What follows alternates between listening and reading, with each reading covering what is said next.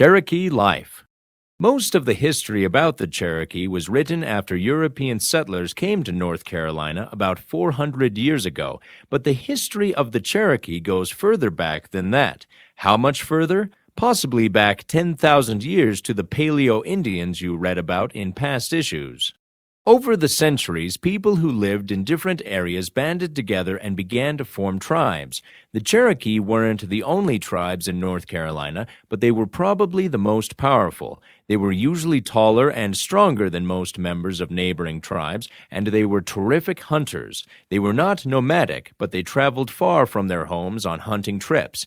Canoes were especially important for Cherokee transportation.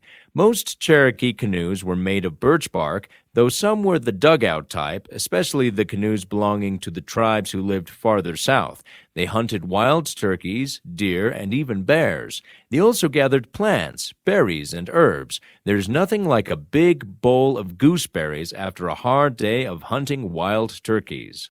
The Cherokee were also excellent farmers. Next to American Indian villages, there were fields of pumpkins, squash, beans, or corn called maize by American Indians.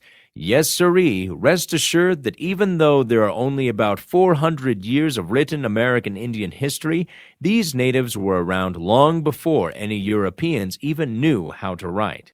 When American Indians were done working, they relaxed by playing games. One favorite game enjoyed by the men was a modified version of lacrosse.